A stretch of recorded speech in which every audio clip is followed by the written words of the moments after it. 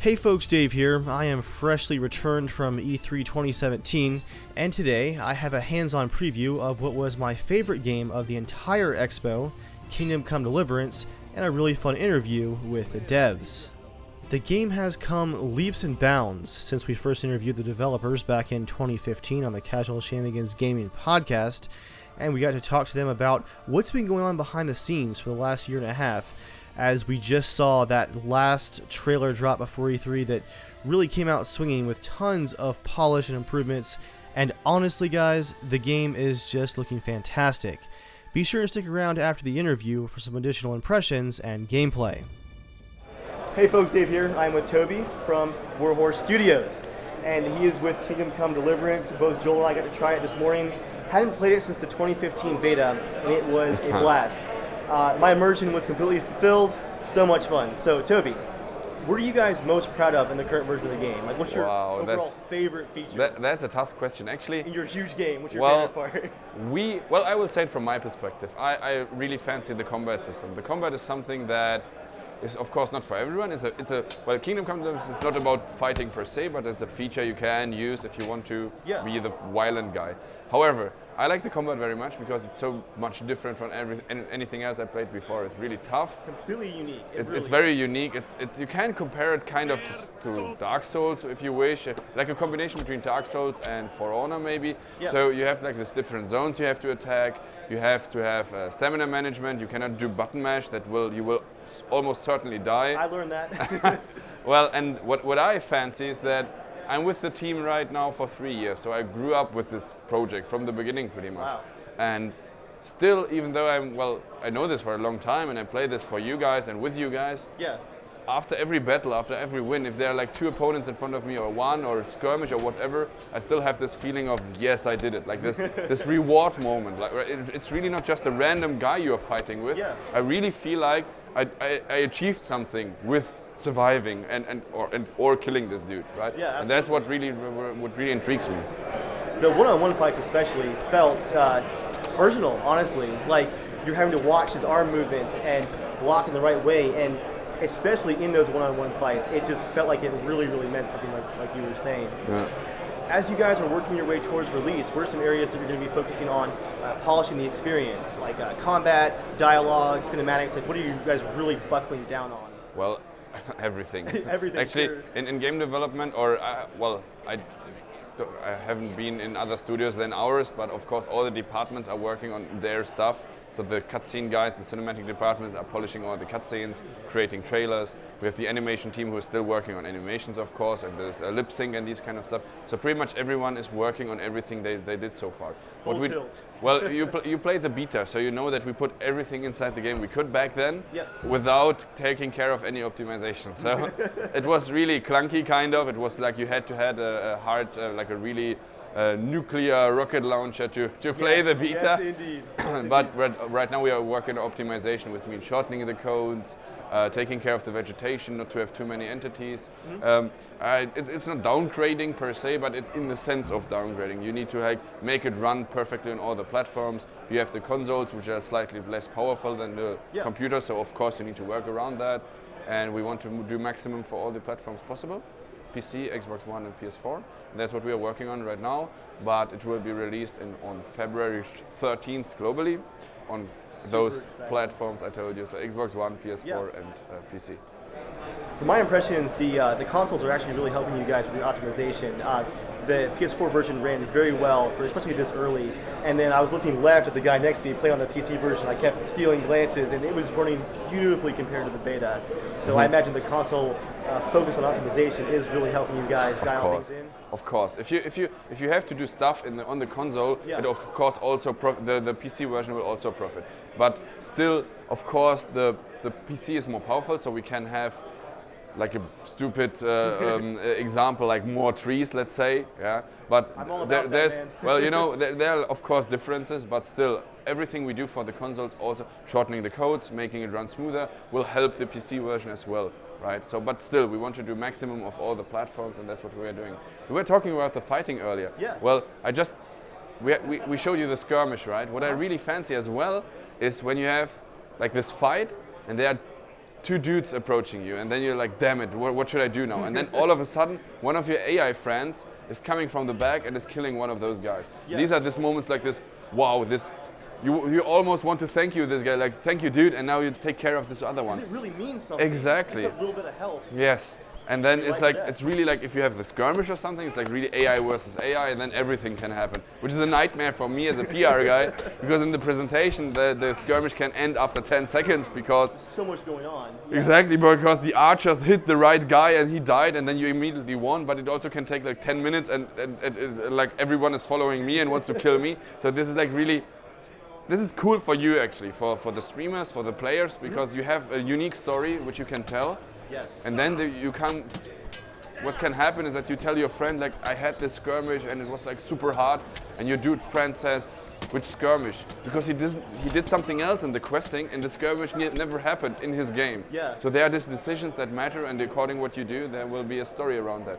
Like the historical, like the end of the game, the finale of the game must be the same. We have only one ending. From a historical perspective, like it's known what happened in that time period. Well, yes, if you open a history book, you can yeah. almost spoil yourself and see what's going to happen. Yeah. But I want to say that you are about to tell how you get there. So if you went through the skirmish, or if you have chosen a more diplomatic way and did some diplomacy without the fighting and these kind of things. So that's pretty interesting. Very cool. You mentioned the whole team is just doubling down, focusing on all their particular areas. Yeah. Roughly how big is your team now? It's been a few years of development. You guys are... Yeah, we were growing steadily. It was, before we started on Kickstarter, we were like 20 people. So it was like 20 people. The studio was created by two dudes sitting in a pub drinking beer. Nice. That's like the usual Czech approach of genius ideas. Fantastic.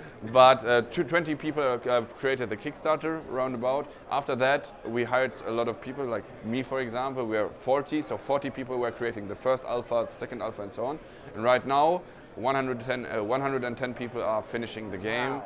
Of course, well, if you grew so fast like we did, like almost 100%, right, in about a year or two, it slows down some processes because you need to teach the new guys. All of a sudden there are more people who are commenting stuff and more feedback and so. But then once you get on track, once you get on fire, it of course speeds up a lot, and now we have an awesome team of 110 guys. There are around about 20 foreigners as well, like me, for example.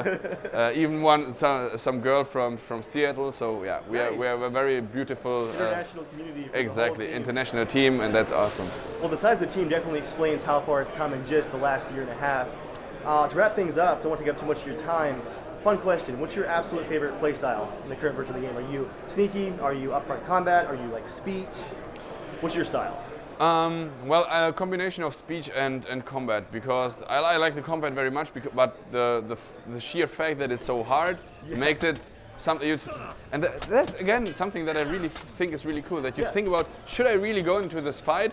Because they're like three dudes, and like, okay, well, I trust myself somehow. I think I will do it, but then if I don't, then I have to reload. So maybe I will try more the persuasion thing. Then you see, fuck, I failed the persuasion. Now I have to fight, and then it's like, oh damn it! And now you have to. Then you weren't but ready my personal thing is I like the fighting. I really like the fighting. So I try to do the skirmishes. I try to see how it happens. I try to mess around with it. So they're like these two armies which are like dirty talking to each other, like saying I will kill you, or no, I will kill you. But if you just start to pull out the bow and shoot them, they will immediately attack each other. So I like to mess around with it. I would like to be like inside the battle. However, standing in the middle of the skirmish, like pro tip, this is like super dangerous. This is like almost insta-dead, because then they're like all around you attacking you from different sides, and that's like, don't do that. You're just like, man, maybe I should have talked more before just drawing the sword, right? Well, yeah, that's maybe that's a good reason next time you try the game, like a good solution for your problems. But again, if you want to fight, do it. That's what we offer you. But again, Kingdom Come Deliverance is not a fighting game per se. I just want to make clear that this is an option, a feature which you can choose, but you don't have to. However, the fighting system is so complicated. If you ever played FIFA, like shooting and passing is super easy. Everyone can shoot and pass.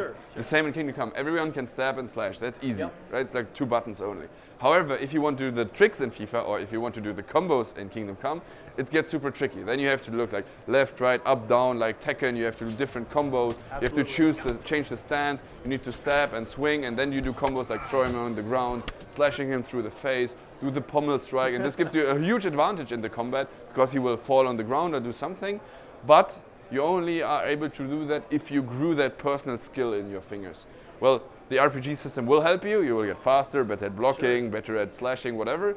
But if you don't have that personal skill, like in Dark Souls, let's say, even the best armor or best weapon will not help you. So there's a definite skill gap where you as a player actually need to not just focus on your in-game abilities. You've got to learn those controls, learn the combos if you want to come ahead, say in a giant fight where you are outnumbered. You've got to be better as a player to get better at the combat. That's really cool. And you need to prepare in advance. So if you go in that battle, think about, do I want to have the full plate armor, which gives you like full protection, but it slows you down. You will be overloaded. You have this like visor in front of your head. Love that. So you have like, you don't see shit, but you are at full defense mode. So that's like something you need to think about, because in battle then you cannot change your armor. Like it's not like you don't have different armor sets in your pocket. So it's like really think about what you're doing. Try your way. If you see that you screwed up, try to load or try to live with the consequences.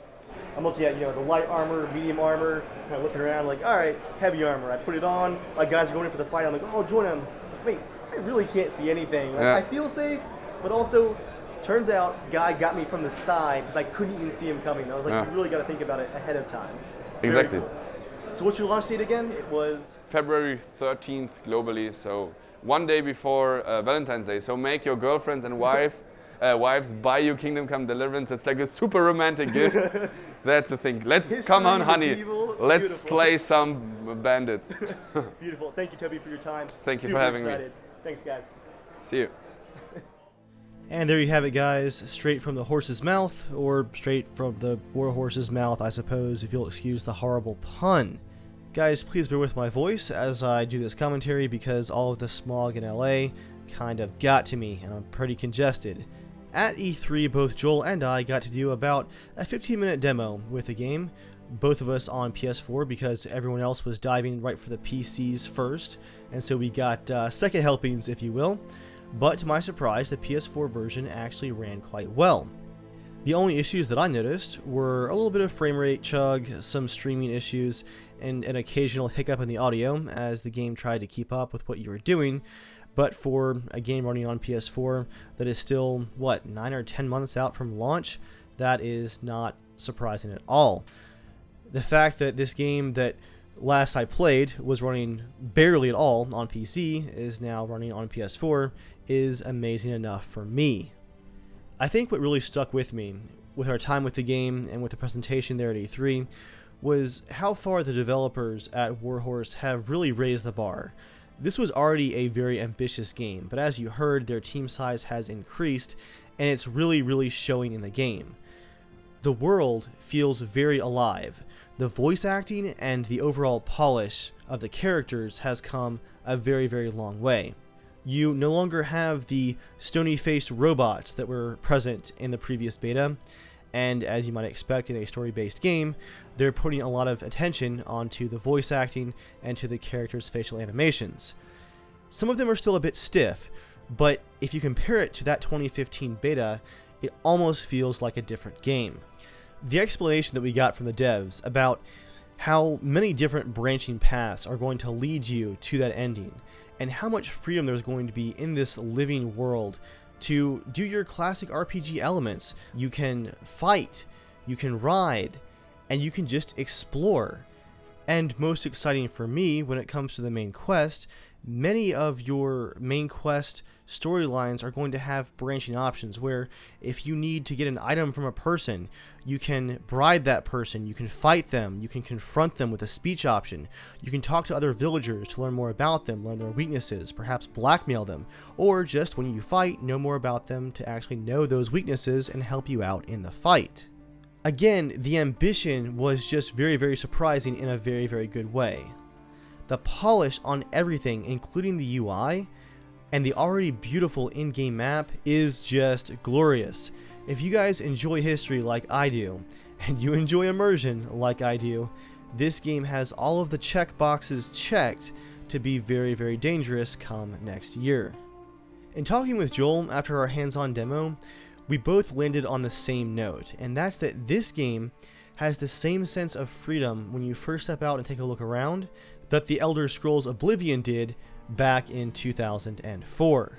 There's a true sense of wonder, even in this very realistic feeling world, as you look out across the landscape at all of the people going about their jobs, and you have that feeling that you're about to experience something unique, something special, and just a downright classic RPG adventure. Again, for me personally, this was my absolute favorite game of the Expo. Joel's as well. We walked away extremely impressed, and we're looking forward to talking more about the game in the future as it progresses closer to release. If you guys haven't checked out what's going on over there on the Kingdom Come website, be sure and drop by, take a look for yourself, and keep an eye on this game as it heads towards release next year. I know that we're going to be watching it very carefully. For now though guys, here's a bit more of the gameplay. Thanks for watching, and I'll see you all next time. Today? You never. God be with you. What can I do for you? May the Lord watch over you.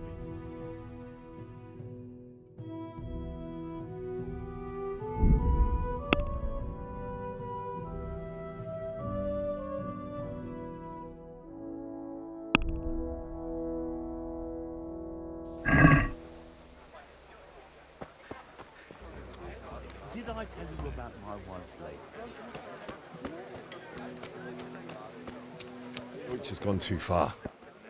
Wenceslas is our rightful king. Deutsch is an idiot. But what can you do? I might have an idea. Deutsch deserves to be taught a lesson, doesn't he, Fritz? You're too right, Matthew. Should give him a proper hiding. Are you mad? Do you want to end up in the pillory? Don't listen to Fritz. I've got a better idea. Deutsch was talking such shit, made me think of that huge pile of manure. You know? The one right next to his freshly whitewashed house. So, are you with us or not? Oh well. Father can wait a while. What are you waiting for, soldier? Fire that trebuchet. For king and country. For king and country, my ass. This is all good, clean, fun.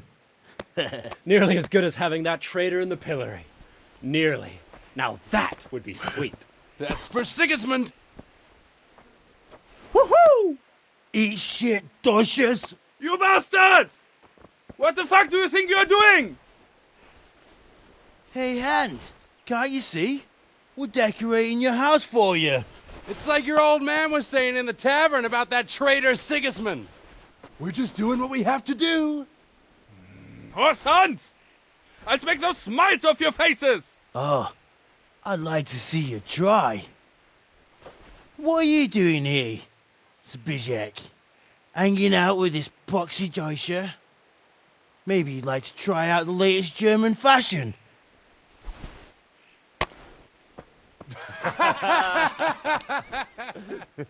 Fuck her! I'll make you pay for that!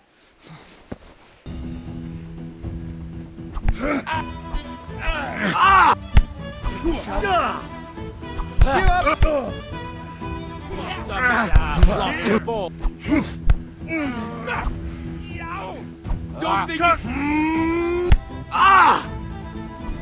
What are you doing? For God's sake! Yeah! Stop right now! The catch pole is on his way!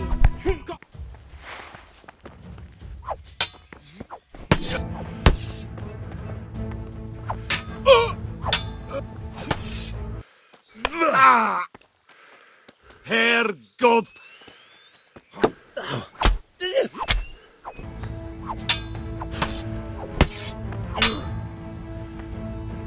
Well landed.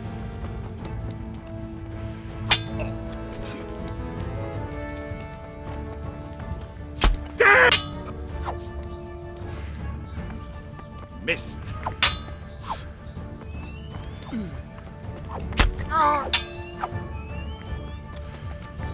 Get back. Ah! I'll wring your neck, you cur.